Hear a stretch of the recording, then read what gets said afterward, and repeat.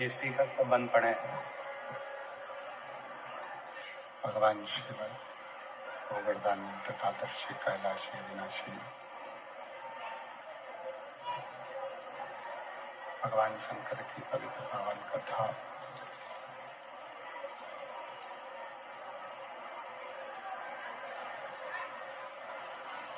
देवादित्य महादेव की कृपा से, करुणा से, उनकी उदारता से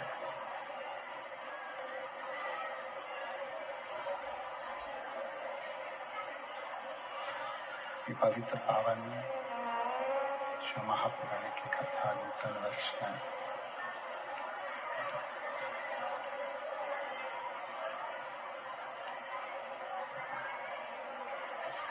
गुजरात के सूरत में भगवान शिव की पवित्र पावन शिव महापुराण की कथा को श्रवण करने का सौभाग्य 2026 के प्रारंभ में भगवान शिव की ही कृपा से, करुणा से, उनकी उदारता से ये पवित्र पावन शिव महापुराण की कथा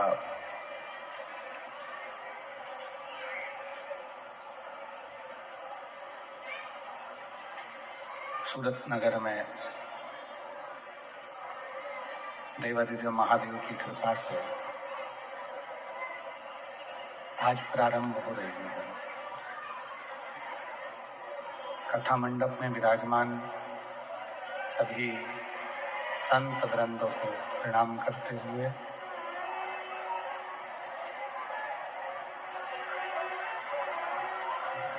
संत वृंदों को नमन करते हुए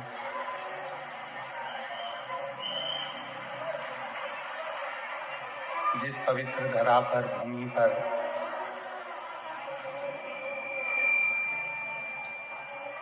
नित्य प्रति संतों का आशीर्वाद गुजरात की धरा पर प्राप्त होता रहा है, उस पवित्र भूमि पर आप और हम भगवान शिव की कथा को सुन रहे हैं। कथा के मुख्य आयोजक श्री लड्डू गोपाल गौशाला समिति, एक बार जोरदार ताली बजाकर उनके लिए साधुवाद। शास्त्री स्वामी हरि जीवन दास जी महाराज, छोटू भाई एकनाथ भाई पाटिल जी, जिनका अथक प्रयास इस कथा में प्राप्त हुआ। एक बार छोटू भाई जी के लिए भी बहुत जोरदार ताली बजाकर साधुवाद। स्वर्गीय मैनेजर मिश्रा, स्वर्गीय रघुवंश मिश्रा जी की स्मृति में श्रीमती उर्मिला देवी, आशुतोष मिश्रा जी, श्रीमती सीमा मिश्रा जी, जिन्होंने मुख्य यजमान आतिथ्य पद प्राप्त किया, एक बार उनके लिए भी जोरदार ताली बजाकर साधुवाद। स्वर्गीय अकबर सिंह धरू सिंह सेंगर जी की स्मृति में श्रीमती बुद्ध कुंवर जी, श्री लालजी सिंह सेंगर, सुशील सेंगर, मितुल सेंगर जी सूरत से, इन्होंने भी मुख्य यजमान पद ग्रहण किया। एक बार जोरदार ताली बजाकर उनके लिए भी साधुवाद। सूरत नगर में ये कथा का दूसरी बार दिव्य और भव्य आयोजन हो रहा है।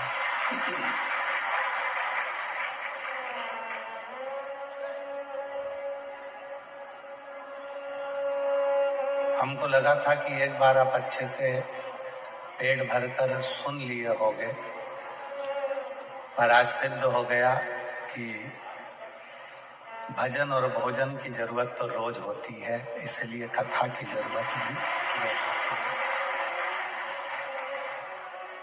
लाखों की संख्या में आप कथा के प्रथम दिवस में आए हैं।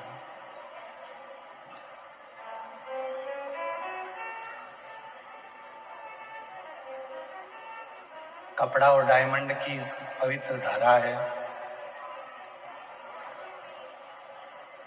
यहाँ हीरे को तराशा जाता है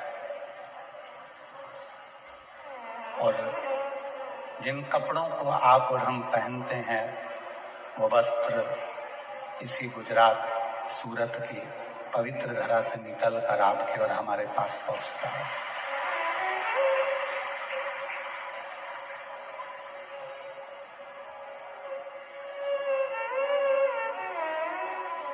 अब जो दो चीजें यहाँ बनती हैं, डायमंड भी बनता है और कपड़ा भी बनता है, पर मेरे महादेव ये दोनों चीजें ही नहीं पहनते, दोनों ही धारण नहीं करते।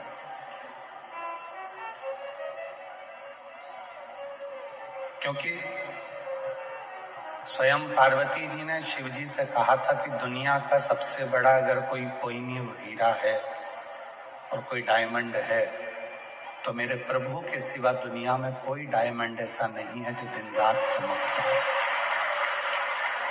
वो शिव है, वो शंकर, वो उघड़दार। और तेरी कृपा बिना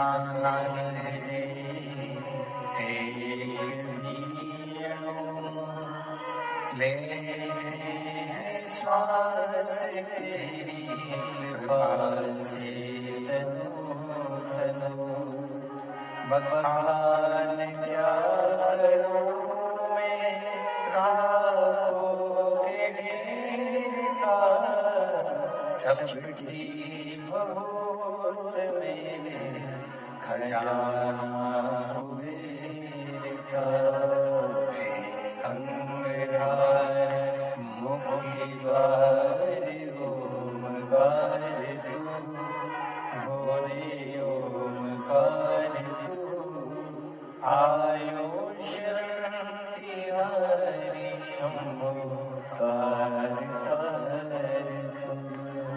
बड़ा सुंदर सा एक प्रसंग से 2026 की प्रथम शिव महापुराण कथा को प्रारंभ कर रहे हैं। सूरतनगर गुजरात से 2025 गया, 26 आ गया। उम्र आपकी भी बड़ी, हमारी भी बड़ी।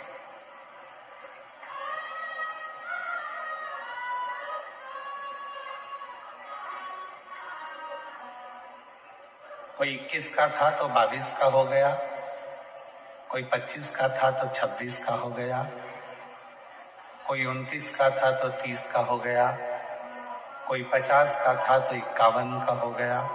सबकी उम्र बड़ी है। एक बार पार्वती जी ने शिव जी से पूछ लिया था कि तुम्हारी उम्र कितनी है।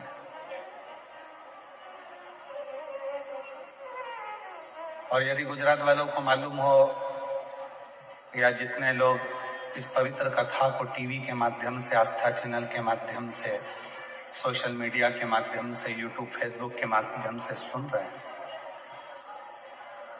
उनको भी अगर मालूम हो कि शिव जी की उम्र कितनी है,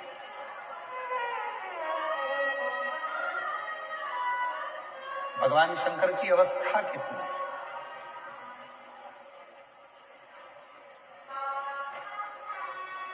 किसी को नहीं मालूम।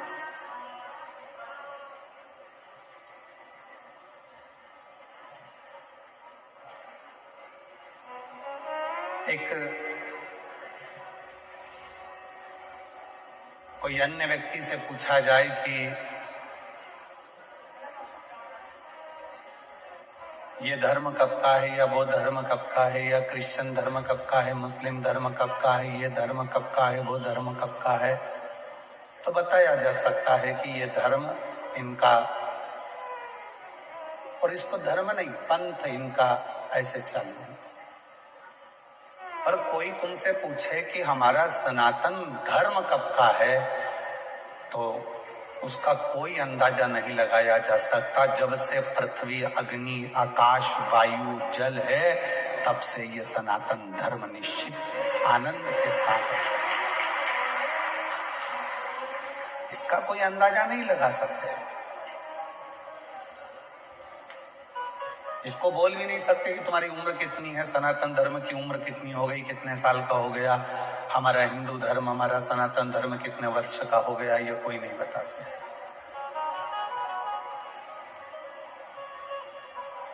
उसी तरह भगवान राम पृथ्वी पर आए तो हम कह सकते हैं कि इतने इतने वर्ष हुए। भगवान कृष्ण पृथ्वी पर आए तो हम कह सकते हैं कि इतने इतने वर्ष हुए। श्री हनुमान जी महाराज पृथ्वी पर आए तो हम कह सकते हैं कि इतने इतने वर्ष हुए।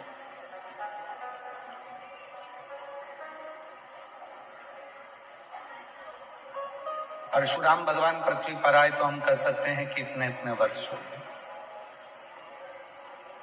सारे देवताओं का बताया जा सकता है कि इतने वर्ष हुए हैं, पर भगवान देवाधिदेव महादेव के लिए कोई पुराण, कोई शास्त्र, कोई वेद ये नहीं बता सकता कि शंकर भगवान कितने वर्ष पुराने हैं या शिव जी की उम्र कितनी है, अवस्था कितनी है, ये शिव जी के लिए कोई नहीं बता सकता।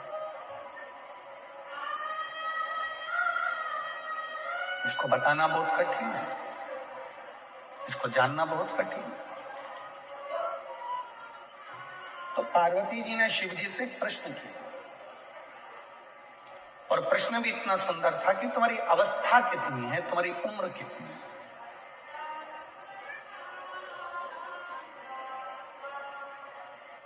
और यही प्रश्न एक बार और आया था कि एक संत भ्रमण करते करते एक शिष्य के घर पर पहुंच गए, और शिष्य के घर पर गए तो उनकी माता जी ने उनको प्रणाम करा, पुरुष ने उनको प्रणाम करा, बेटे ने प्रणाम करा, बहू ने प्रणाम करा, पोता पोती ने प्रणाम करा, सब ने प्रणाम करा।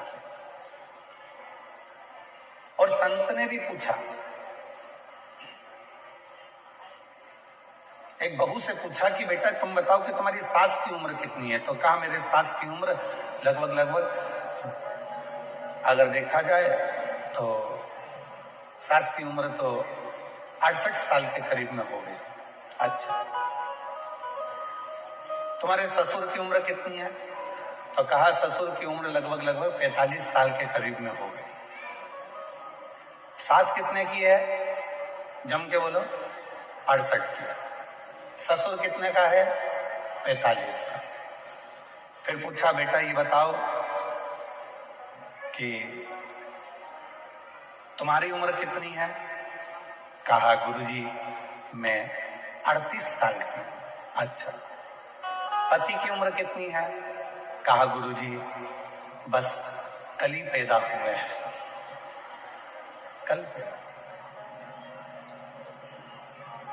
गुस्सा आ गया सास को, मेरी बहू कितना झूठ बोलती है, खुद की उम्र सही बताई, बाकी की सबकी उम्र झूठ बताई।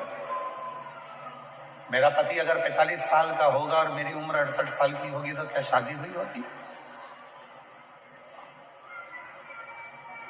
और पति अगर कल पैदा हुआ है तो इसकी शादी किसके साथ हुई?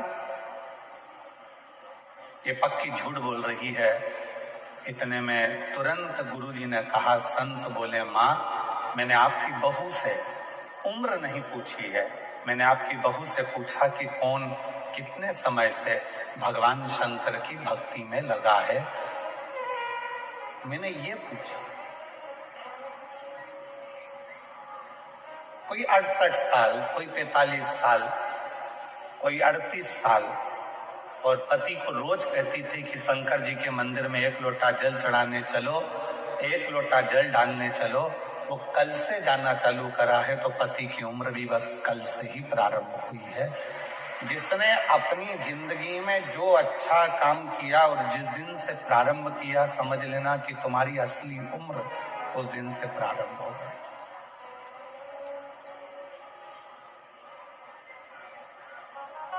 तुम्हारी सही उम्र उस दिन से प्रारंभ हो गई। पार्वती जी ने शिव जी से पूछा कि तुम्हारी अवस्था कितनी है? शंकर भगवान कुछ नहीं बोले, मुस्कुरा दिए। कभी कभी कोई प्रसंग ऐसा होता है जिसमें पति पत्नी का कोई उत्तर नहीं देता और वो मुस्कुरा देता।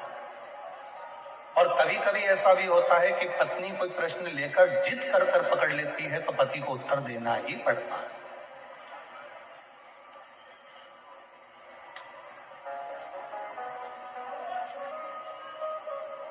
कभी कभी ऐसा भी होता है।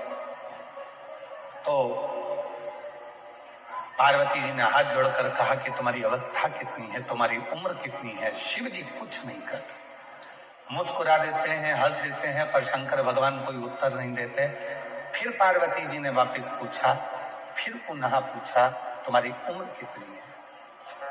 कितनी उम्र? उत्तर नहीं।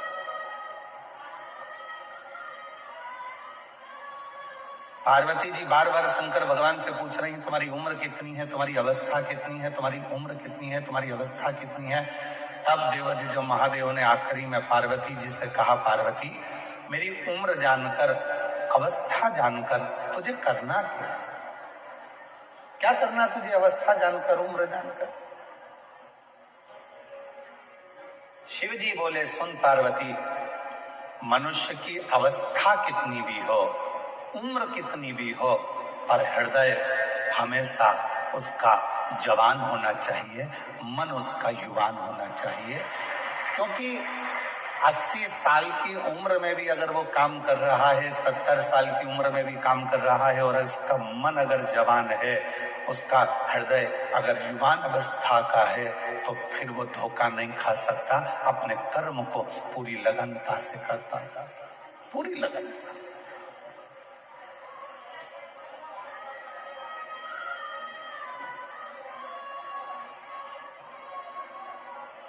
अब कोई आपसे पूछे, क्यों साहब भारत की भूमि का संचालन कर रहे हैं माननीय प्रधानमंत्री जी की उम्र कितनी है? आप कहोगे 75 के हो, पर आज का नव युवक लड़का जितनी बजे अपना कमरा नहीं छोड़ पाता, उससे पहले माननीय प्रधानमंत्री जी नरेंद्र भाई मोदी जी अपना भवन छोड़कर जनमानस के बीच में पहुंच जाते हैं। इसको कहते हैं अवस्था नहीं देखना, भीतर की युवानता देखना। इसको अवस्था नहीं देखते, इसको भीतर की युवानता देखते हैं। अपने भीतर, अपने हृदय, अपने मन की युवा अवस्था।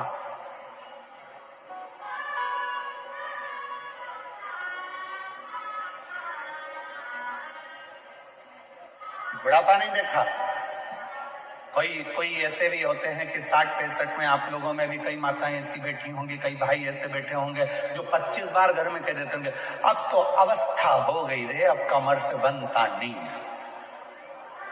अब तो ये पाँव बहुत दुखे, हमारा घोड़ा बहुत बहुत दुखता है, अब ये पाँव, अब मुझसे चलते बनता नहीं।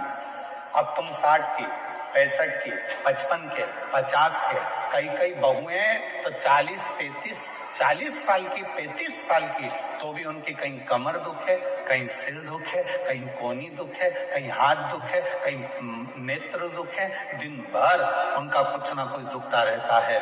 तो जरा विचार करिएगा महाराज, भीतर से वो अवस्था से बूढ़ी नहीं हो रही है, वो भीतर से बूढ़ी होती चली जा रही हैं। और शिव महापुराण की कथा कहती है, शंकर की कथा कहती है, शंकर भगवान कितने साल के हो गए, अवस्था कितनी हो गई, किसी को नहीं मालूम, परंतु शंकर भगवान के हृदय की तरुणाई, शिव जी के हृदय की युवान अवस्था कभी खत्म नहीं होती। वो लगनता से अपने कर्म के प्रति जागरूक बने रहते हैं।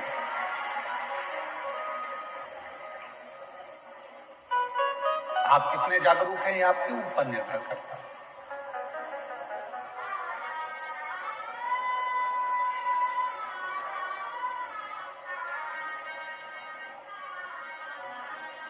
कोई 40 साल में ही पूरा बूढ़ा मान लेता है अपने आप को, कोई 50 साल में ही अपने आप को पूरा बूढ़ा मान लेता है, कोई 60 साल में अपने आप को बुजुर्ग मान लेता है, कोई 70 साल में आकर बुजुर्ग मान लेता है, और कोई ऐसा भी है जो 80, 85, 90 में भी पहुंचने के बाद अपने आप को बूढ़ा नहीं मानता, अपने काम की लगनता में लगा रहता है और अपने हृदय को युवान अवस्था में रखता है। अपने भीतर की युवान अवस्था वो खत्म ही नहीं होने देती।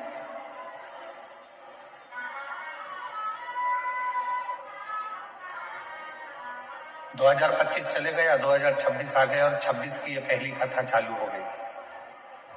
आज आप लोगों से निवेदन है, तुम कितने भी उम्र में बढ़ रहे हो मना नहीं, कितने भी धन में बढ़ रहे हो मना नहीं, कितनी भी फैक्ट्रियों में बढ़ रहे हो मना नहीं, कितनी भी गाड़ियों में बढ़ रहे हो मना नहीं, कितने ही बंगलों में बढ़ रहे हो मना नहीं, तुम कितनी भी उन्नति की सीढ़ी पर चढ़ रहे हो मना नहीं, पर इतना जरूर याद रखना कि अपने मन को हमेशा उम्र से मत तोलना।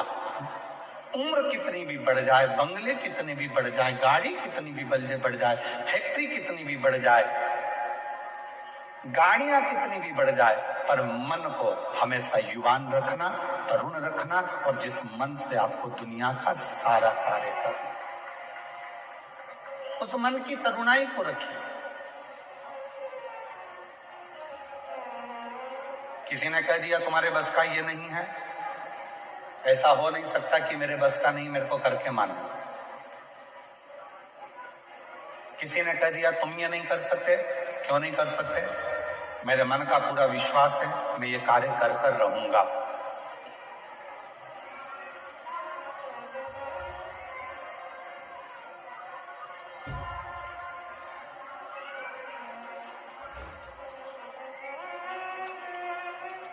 मिश्रा जी, आशुतोष जी इस कथा को लेकर आए थे, सेंगर जी इस कथा को लेकर आए थे, फिर उन्होंने माननीय श्री शास्त्री स्वामी श्री हरि जीवन दास जी महाराज से बात करी, छोटू भाई जी से बात करी कि ये कथा लेकर तो आ गए हैं, पर इतना विशाल कथा है, इतनी पब्लिक आती है, इसका अरेंजमेंट कैसे होगा, इसकी व्यवस्था कैसे होगी। मैं छोटू भाई जी आपको धन्यवाद देता हूं।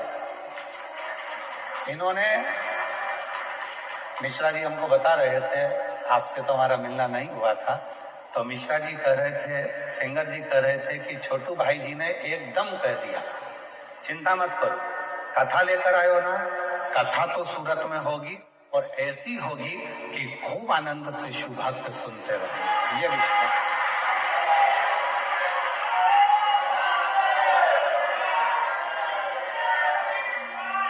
मैं बहुत बहुत साधुवाद देता हूँ छोटू भाई जी आपको, साथ में मिश्रा जी, सेंगर जी आपको, और उससे ज्यादा साधुवाद देता हूँ लड्डू गोपाल गौशाला के माननीय हरिजीवन दास जी महाराज जी को, जिन्होंने इस कथा को बड़ी सरलता और सहजता के साथ में संजोया।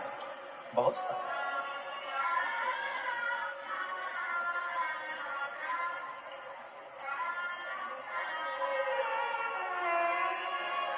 अपने भीतर की तरुणाई को समाप्त मत होने दो। दुनिया में ऐसा कोई कार्य नहीं है जो आप नहीं कर सकते। दुनिया में ऐसी कोई कुर्सी नहीं है जहां आप बैठ नहीं सकते। दुनिया में ऐसा कोई काम नहीं जो आपसे नहीं हो सकता। बस अपने भीतर की तरुणाई को जब आपने जागृत रखा है तो वो तरुणाई के साथ में आप आगे बढ़ेंगे तो अपने जीवन में सारी उलझनों को मिटाते हुए आगे बढ़ते बढ़ते अपनी मंजिल तक पहुंच ही जाओ।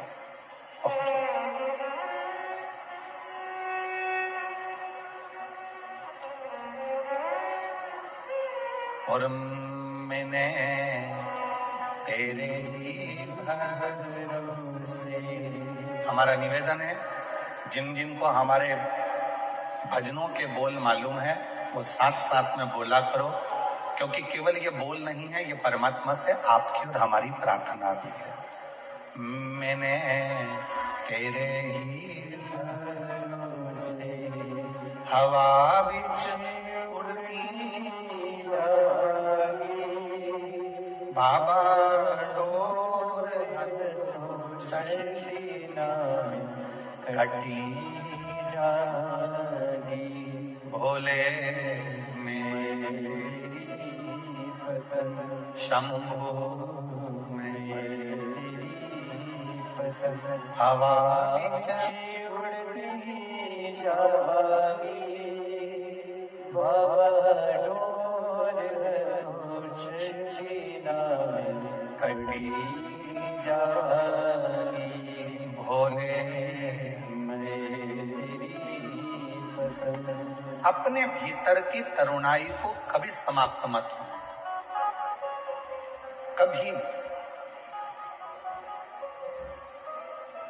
और कितनी सुंदर बात कही है भगवान शंकर की पवित्र कथा ने। शायद एक एक व्यक्ति के हृदय में ये बात पहुंचना चाहिए। उम्र बढ़े, जैसे जैसे उम्र बढ़े वैसे वैसे छोटों के साथ में रहने का प्रयास करो। जैसे पोता पोती नाती पंती, इनके साथ में जब आप उम्र बढ़ती है और इनके साथ रहना चालू करते हो तो तुम्हें अपनी उम्र का अंदाजा नहीं लगता कि तुम कितने साल के हो। उनकी मस्ती में मस्त रहकर तुम अपने जीवन को आनंदमय जियो। जीवन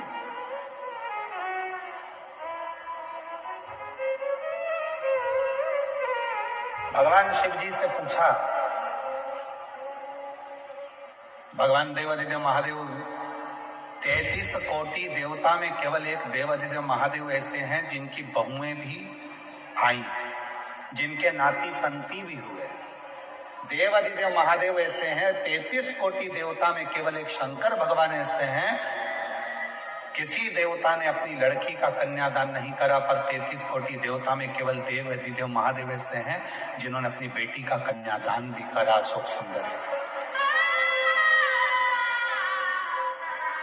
33 कोटि देवताओं में एक देवता भगवान देवादिदेव महादेव ऐसे हैं जो कन्यादान भी करे हैं, जिनके घर में बहुएं भी आई हैं, रिद्धि सिद्धि भी आई है, जिनके घर में शुभ लाभ पोते भी आए हैं, फिर पर पोते आमोद और प्रमोद भी आए। शंकर भगवान के पोते तो आए शुभ लाभ, साथ में आमोद और प्रमोद भी आए, उनके पर पोते भी आए। केवल शिव। तो पार्वती जी से शिव जी ने कहा कि मेरे मन की युवानता का एक कारण और है कि मैं भीतर से बूढ़ा नहीं हूं। मैं भीतर से बूढ़ा कभी नहीं हुआ।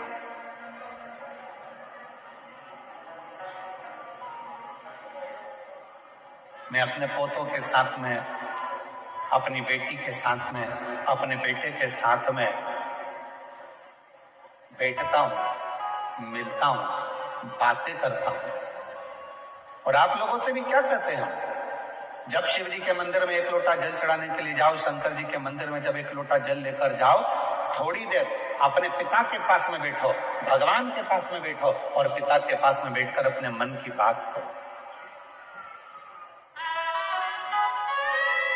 संसार के लोगों से कहोगे तो हो सकता है कि वो एक ना एक जगह पर जाकर कह दें, बाद में तुम्हारी हंसी उड़ा दें, बाद में तुम पर उंगली उठा दें, बाद में तुम्हारे लिए अपशब्द कह दें, बाद में तुम पर ताना दे दें। और यदि तुम्हारे मन में कोई दुख है, तकलीफ है, कष्ट है, परेशानी है, तो जाओ एक लोटा जल अपने घर से भरकर शंकर के मंदिर तक लेकर जाओ और देव अधिदेव महादेव को जल चढ़ाकर अपने हृदय की बात कहो। तो धीरे धीरे वो दुख, वो तकलीफ, वो कष्ट तुम्हारा मिटते चले जाएगा। वो दुख मिटेगा, वो कष्ट मिटेगा, वो तकलीफ मिटेगी।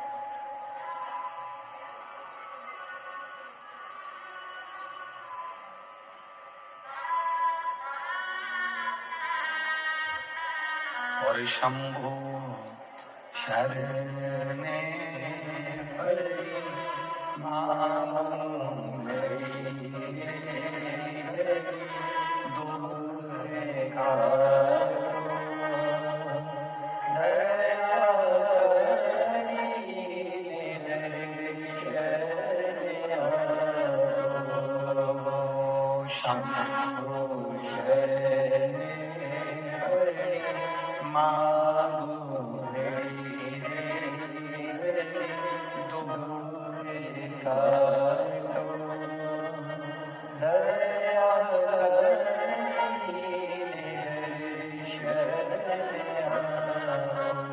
शिव के पास थोड़ी देर जाकर बैठो,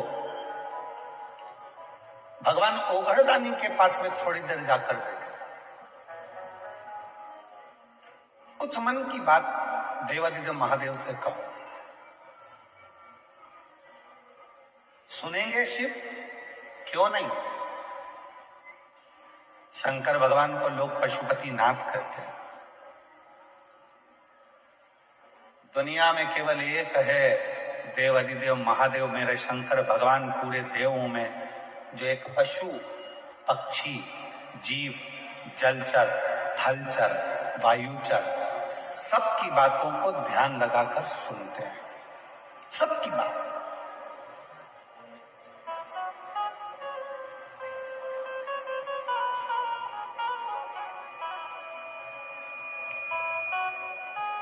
और मेरे ओघड़दानी, मेरे शंकर भगवान जब सबकी बातों को ध्यान लगाकर सुनते हैं तो उनकी उस बोले हुए वचन को पूर्ण भी करते हैं।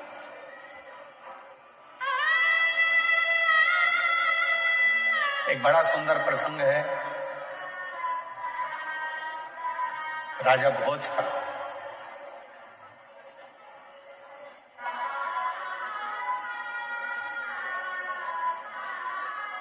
भगवान शंकर के परम भक्त थे राजा भोज, शिव के उपासक थे राजा भोज।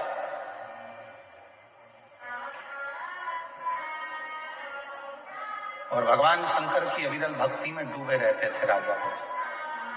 एक मां अहिल्याबाई होलकर, एक राजा भोज, वीर शिवाजी महाराज,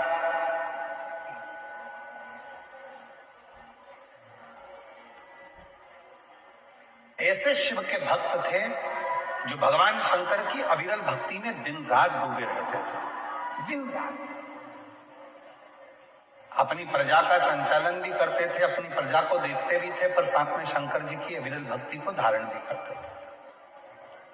और मेरी जीजियों, मेरे जीजाओं, मेरी बेटियों, बेटाओं और मेरे बुजुर्ग माँ बापों से निवेदन है, मेरे माता पिता से निवेदन करूं, तुम दिन भर व्यस्त रहो, तुम अपने काम में डूबे रहो, अपनी फैक्ट्री में डूबे रहो, अपनी दुकानों में डूबे रहो, अपने कार्य में, अपनी नौकरी में, अपने सब काम में डूबे रहो, मना नहीं है, पर निवेदन है 24 घंटे में से कम 24 मिनट भी ना निकले तो 24 सेकंड ऐसे निकालो जो भगवान शंकर के पास जाकर बैठकर अपने मन की बात कह सको और शिव जी आपके मन की बात की पूर्णता कर सको।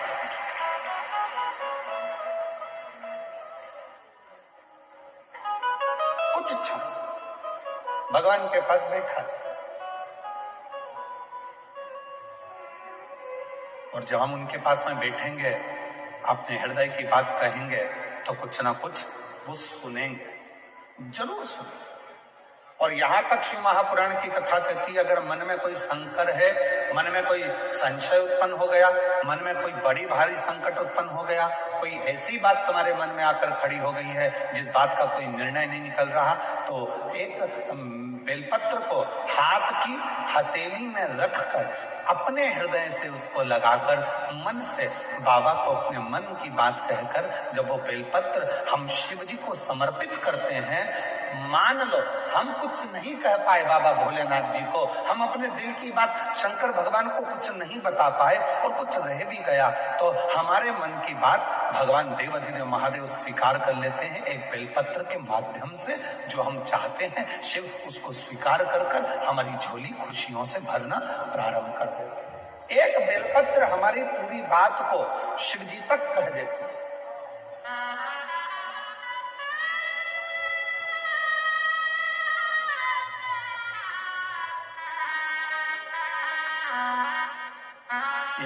इसीलिए कहते हैं एक लोटा जल,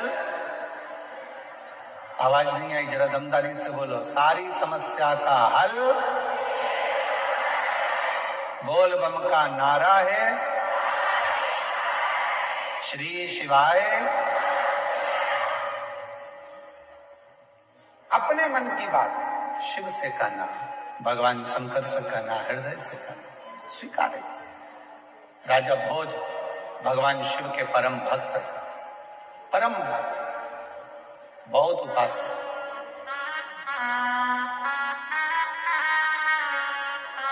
और शिव की अविरल भक्ति में दिन रात राजा भोज लगे रहते थे, भगवान शंकर की आराधना करा करते थे। एक बार राजा भोज ने एक बहुत जरूरी मीटिंग बुलाई, सभा बुलाई। सारे सभा में सभासद आ गए, बैठ गए, सब सभासद बैठकर बात करने लगे और सब ने बैठकर जब बातें करना प्रारंभ करी तो राजा भोज के मंत्री को खड़ा करा और मंत्री ने कहा कि हमारे राजा भोज की इस भूमि पर, इस नगर पर, इस राज्य में आसपास के लगभग 14 देश के राजाओं ने अपनी सेना तैयार कर कर इस भोज नगरी पर आक्रमण करने का प्रयास कर दिया है और विचार कर लिया है, कुछ दिन में राजा भोज की इस नगरी पर आक्रमण होगा। राजा भोज की इस नगरी पर आक्रमण होगा। उसमें विद्वान को भी बिठाया, संतों को भी बिठाया, साधुओं को भी बिठाया, तपस्वियों को भी बिठाया, सन्यासियों को भी बिठाया। पूरी सभा लगी थी और संपूर्ण सभा में एक ही निर्णय बताया गया कि 14 प्रदेश के राजाओं ने सेना तैयार करी है और सेना तैयार कर कर वह आक्रमण कर रहे हैं। अब क्या करें? निर्णय दिया जाए, कैसे लड़ा जाए, निर्णय दिया जाए। इतने में मंत्री ने कहा, महाराज अपने पास में तो एक देश से लड़ने की सेना है, पर बाकी के देशों से लड़ा जाए इतनी सेना हमारे पास में नहीं। हमारे पास इतनी सेना नहीं है कि हम बाकी के लोगों से लड़ सकें, बाकी के लोगों के पास में इतने सारे देशों के युद्ध एक साथ में कर सकें, ये हमारे बस की बात नहीं है। तो अब कोई निर्णय निकाला जाए। तो सब ने निर्णय निकाला, सब ने कुछ कहा, कोई कुछ कहता था, कोई कुछ कहता था, कोई कहता था कि अपने देश में चारों तरफ खड्डे खोद कर उसमें आग लगा दी जाए जिससे दूसरे देश का व्यक्ति हमारे देश में ना आए। फिर किसी ने कहा हिंसक पशु पक्षियों को छोड़ दिया जाए जिससे ये सब समाप्त हो जाए। डीले का तुम कम करो, बाहर की आवाज थोड़ी ज्यादा आ रही है, उसको कम करो। कुछ ना कुछ ऐसा करा जाए जिससे ये सब हमारे पास में ना पहुंच पाए ना। तो फिर करें क्या?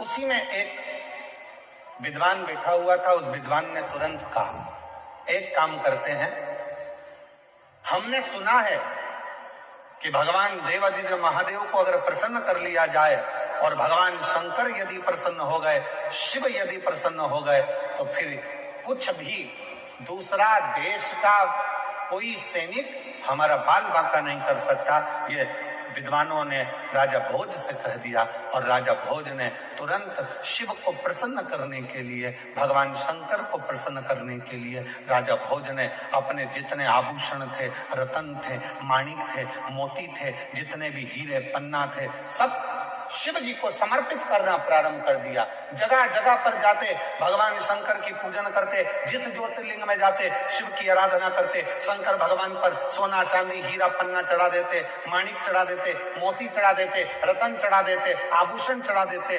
सारे जगह पर जा जाकर शंकर की आराधना करते, माणिक मोती हीरा पन्ना सोना चांदी सब चढ़ाते, पर शिव जी प्रसन्न नहीं। और इससे पहले अभी जो मुंबई में कथा हुई थी, उसमें हमने एक बात कही थी, आप लोगों के स्मरण में होगी, शायद आप लोगों ने ध्यान दिया होगा। उस कथा में कहा था, मेरे शंकर भगवान को रिझाने के लिए बहुत सारे धन की जरूरत नहीं है, मेरे शंकर भगवान को रिझाने के लिए बहुत सारे वस्त्र की जरूरत नहीं है, मेरे शंकर भगवान को रिझाने के लिए बहुत सारे आभूषण की जरूरत नहीं है, मेरे शंकर भगवान को रिझाने के लिए बहुत सारा आडंबर की जरूरत नहीं है, मेरे शंकर भगवान को रिझाने के लिए बहुत सारे वस्त्र बदलने की जरूरत नहीं है। मुंबई की कथा में कहा था, शंकर भगवान को रिझाना है तो दिल से जाकर एक लोटा जल समर्पित कर दो और 3 बार ताली बजाकर हर हर महादेव कह दो, मेरा शिव प्रसन्न हो जाता, मेरा शंकर प्रसन्न हो जाता।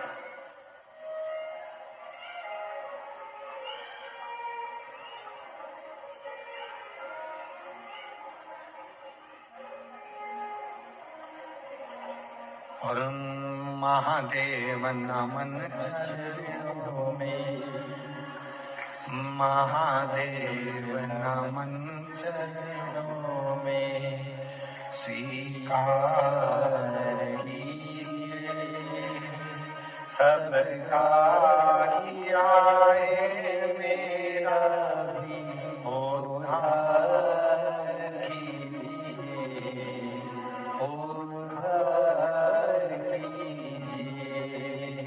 हे त्रिपुंडधारी, हे त्रिशूलधारी, हे त्रिपुंडधारी, हे त्रिशूलधारी, चरणों में तेरे बाबा जी पावन है चारों, चरणों में तेरे बाबा जी पावन है चारों, तेरी देव करते वंदना, पूजे तेरी देव करते वंदना, पूजे सीतारा, हो जाए पूरी कामना, हो जाए पूरी कामना, उपकार कीजिए सबका किया है, मेरा भी उद्धार कीजिए, उद्धार कीजिए, हे त्रिपुंडधारी, हे त्रिशूलधारी, हे त्रिपुंडधारी, हे त्रिशूलधारी। क्या शिव धन से प्रसन्न हो जाते?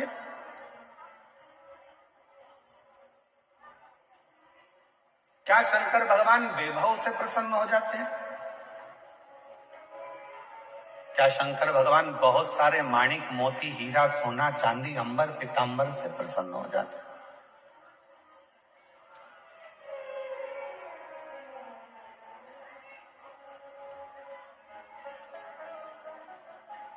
उनकी प्रसन्नता किस चीज से? हमारे सूरत वाले सोमानी जी बैठे हैं जिनका कपड़ों का यहाँ काम है ना? ये सूरत से इन्होंने कई बार पहले सीहोर में कुबरेश्वर धाम में आकर कथा के कम से कम इन्होंने 3-4 कथा अपने सीहोर में कराई। एक बार उनके लिए जोरदार ताली बजा। बहुत तो एक बार हमने बाती बाती में इनसे पूछ लिया था कि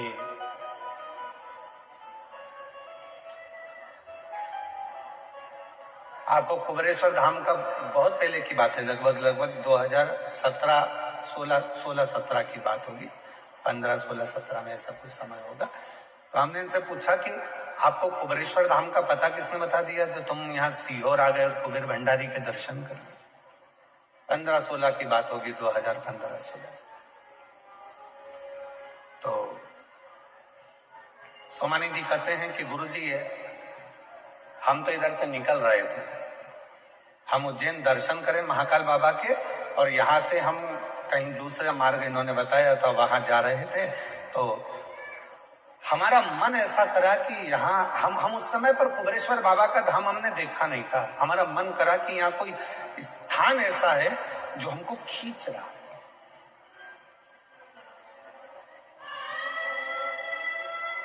तो हम अपनी गाड़ी को वापस मोड़े, ड्राइवर से कहा कि लेकर चलो।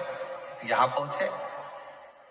उस समय पर सोमानी जी जब आए थे तो हम धाम पर एक टूटी हुई खाट थी, कहे सोमानी जी, टूटी हुई पलंग थी, एक खटिया रस्सी से बुनी हुई थी, उसका एक 3 पाया था, एक पाए में ईंट फंसी हुई थी, एक के ऊपर एक ईंट रखी हुई थी और 3 पाए उसके थे, उस पे हम बैठे हुए।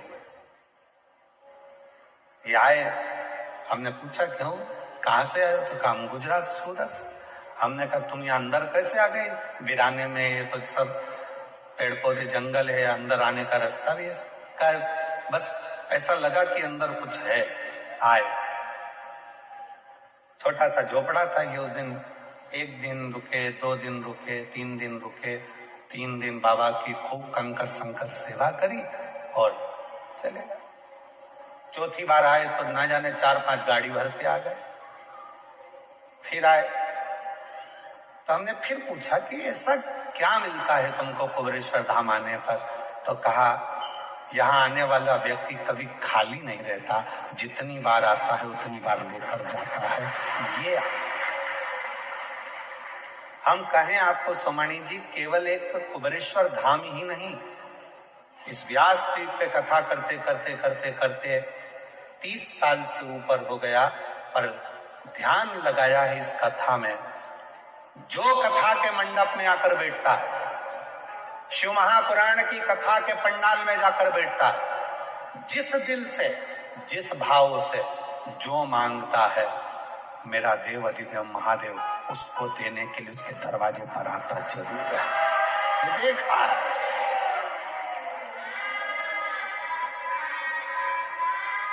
एक पत्र है, देखिए,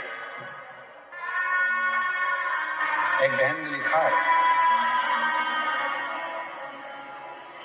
मैं रमेश शिवराम महाले, मैं मंदाबाई रमेश महाले, फ्लैट नंबर 58, जय रणछोड़ नगर, नवागांव, सूरत से आई। कहीं बैठी हो तो हाथ हिला सकती हैं। अगर कहीं बैठी हो तो अपना हाथ हिला सकती हैं। कहीं पर बैठी हो तो अपना दोनों हाथ हिला सकती हैं। और कहीं पर बैठे हो तो अपना हाथ हिला दें और आकर एक बेलपत्र लेकर जाएं। मैं श्री रमेश शिवराम महाले, मैं मंदाबाई रमेश महाले, फ्लैट नंबर 58 जय रणछोड़ नगर नवागाम सूरत से हूं, मेरा मोबाइल नंबर है। एक लोटे जल का क्या गुणगान करूं। मैंने लॉकडाउन में आपकी कथा सुनी थी, आपने जो बताया पशुपतिनाथ का व्रत किया और हर दिन एक लोटा जल महादेव को चढ़ाने जाती थी। गुरुजी, पशुपति व्रत का 5 सोमवार के दिन महादेव ने घर में खुशियां दे दी और मेरे बेटे की नौकरी लग गई। पूरे हिंदुस्तान में दूसरे नंबर पर आने वाली उस कंपनी में मेरा बेटा आज पिछले 3 साल से जॉब कर रहा है, जिसमें नौकरी के लिए लोग प्रतीक्षा करते हैं। शिव की कृपा। गुरुजी, कथा में सुना था जो पंडाल में बैठकर मांगता है उसको बाबा देता जरूर है। आपकी कथा सूरत में हो रही थी। 30 साल से मेरे यहाँ ना तो मेरा खुद का मकान था, ना कोई बंगला था, ना कोई गाड़ी थी, कुछ भी नहीं। मेरे 30 साल की जिंदगी में मेरे पास कुछ नहीं, कुछ भी। फिर आपकी कथा में मैंने सुना कि जो पंडाल में बैठकर मांगा जाता है वो बाबा देता जरूर है। तब सूरत में कथा हुई, हमने विचार कर लिया कि पंडाल में बैठकर मांगेंगे और पहुंच गए सूरत की कथा में। पंडाल में बैठ गए, कथा सुनी और बाबा ने ऐसी कृपा करी कि गुरुदेव, ना तो मकान था, ना गाड़ी थी, कुछ नहीं था, और आज बाबा ने कृपा कर कर आपकी कथा को 1.5-2 साल हुए हैं। शिव जी की कृपा से खुद का बंगला भी बना और बाबा की कृपा से 4 व्हीलर गाड़ियां भी आई और बाबा की कृपा से सब काम सफल। ये शिव की आराधना, इसको शिव की उपासना।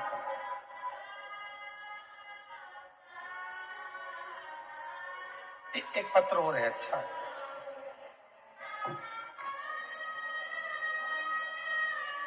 मेरा नाम वंदना सुनील सोनी है, मैं बारडोली की रहने वाली हूं और मेरा मोबाइल नंबर ये है। मेरी भाभी को 18 साल हो गए थे, उन्हें 18 साल से कोई संतान का सुख नहीं था। गुरुजी, हमने बहुत बड़े हॉस्पिटलों में इलाज कराया पर कोई असर नहीं हुआ। गुरुजी, आपने बोला था दवा के साथ साथ में दुआ भी करो। गुरुजी, एक दिन आपकी कथा सुनी और मैंने भाभी को पशुपति व्रत और सफेद आंकड़े की जड़ का उपाय के बारे में बोला।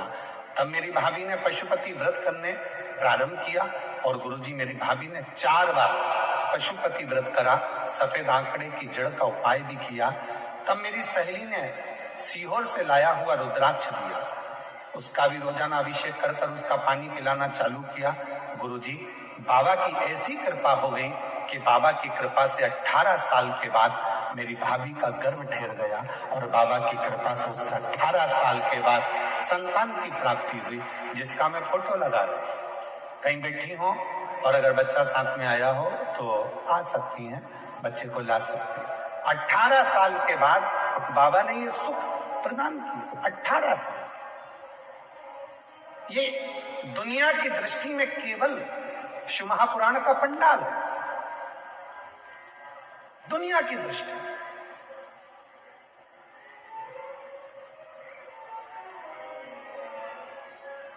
मेरी जीजियों, मेरे जीजाओं, मेरी बेटियों, बेटाओं, मेरे बुजुर्ग माँ बाप, याद रखना 7 दिन के लिए हरिओम में ओम समाया है और मेरा भोला सूरत में आया।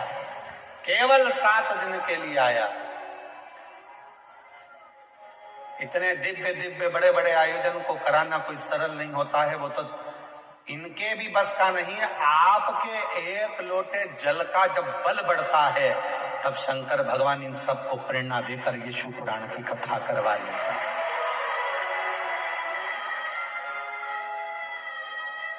निमित्त बनाया, इसमें मिश्रा जी को, सेंगर जी को, छोटू भैया जी को, साथ में छोटू भाई जी को, फिर साथ में महंत जी को, लड्डू गोपाल गौशाला को, इन सबको एक बाबा ने जोड़ा है। किसके लिए जोड़ा? तुम्हारे लिए।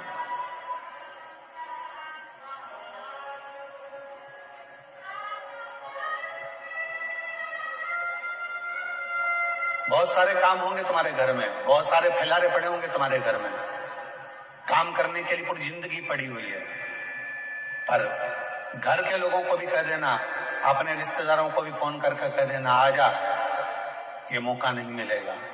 उसके दरवाजे पर बैठकर उसको अपने दिल की बात कहकर खाली झोली को भरने का ये मौका मिला है। उम्मीद है मेरा बाबा मुझे खाली नहीं देगा। ये दुनिया की दृष्टि में केवल कथा, लोगों को लगता है कि ये केवल कथा चल रही है, कथा हो रही है, कथा सुनना है, कथा होती ही नहीं है। कथा है ही नहीं। यहां तो एक जितने यहां भक्त आते हैं वो अपने पिता से अपने दिल की बात, जिस समय पर 2 मिनट के लिए श्री शिवाय नमस्तुभ्यम होता है, बाबा सब दुख काटो महारा जब बोला जाता है, और कुछ देर के लिए जब मौन हो जाया जाता है, उस समय पर ये आत्मा परमात्मा से अपने दिल के दुखड़ों को कहती है। और मेरा शिव उस स्थान पर बैठकर जब इतने करोड़ मंत्र, आप लाखों की संख्या में आए, कैमरे की निगाह में यहां से लेकर आखिरी तक भी कैच नहीं हो पाए,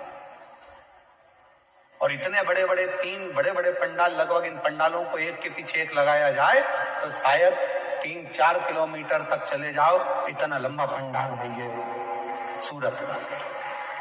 यदि एक के पीछे एक पंडालों को लगाया जाए तो इतना बड़ा पंडाल, आप लाखों की संख्या में आए और इतने सारे लाखों भक्त एक साथ बैठकर जब श्री शिवाय नमस्तुभ्यम कहते हैं, मंत्र का जाप करते हैं, करोड़ों मंत्र आपस में टकराकर विभिन्न होते हैं, और उन मंत्रों को जब हम उच्चारण करते हैं, बोलते हैं, वो मंत्र हमारी श्वासों में 3.5 करोड़ रोम छिद्र ये मनुष्य के शरीर में है, और इन 3.5 करोड़ रोम छिद्र में ये भगवान शंकर का नाम समाहित हो जाता है, और जब हम कुछ कहते हैं तो शिव उसको स्वीकार कर कर हमारी झोलियां खुशियों से भरकर चला जाता है। ये शिव क्या मिलेगा शिव पुराण में जाने से, क्या प्राप्त होगा शिव पुराण में जाने से, क्या देंगे शिव पुराण में, जाकर देखो, बैठ कर देखो, जो मिला उनसे पूछ कर देखो कि मेरा बाबा कभी खाली नहीं भेजता, कभी नहीं। क्या देखा?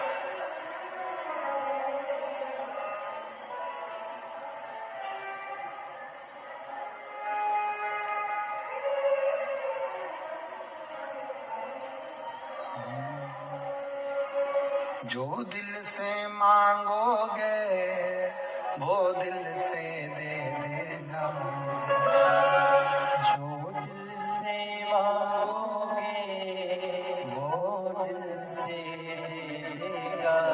बस आप दिल से जो बोलोगे वो दिल से प्रदान करेगा। जो दिल से मांगोगे वो दिल से दे देगा, जो दिल से मांगोगे वो दिल से दे देगा। मेरा भोला भंडारी दे खाली झोली भर देगा, मेरा भोला भंडारी दे खाली झोली भर देगा, मेरा भोला भंडारी दे खाली झोली भर देगा, मेरा भोला भंडारी दे खाली झोली भर देगा। जो दिल से मांगोगे वो दिल से दे देगा, जो दिल से मांगोगे वो दिल से दे देगा। हमो भोला भंडारी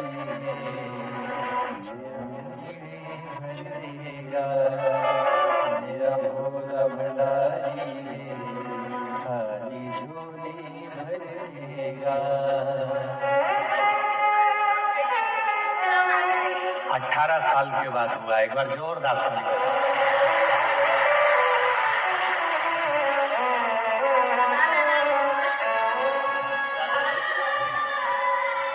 रोते नहीं, खुश हो, आंसू पोछो, पहले आंसू पोछ के जाओ। अब तो दे दिया बाबा ने, अब क्या सोचो।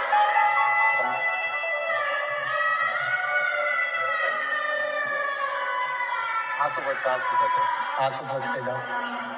अच्छा, खुश खुश जाओ। आप भी आंसू पोछो, पहले आंसू पोछो, बाबा के पास से जाओ तो खुश हो।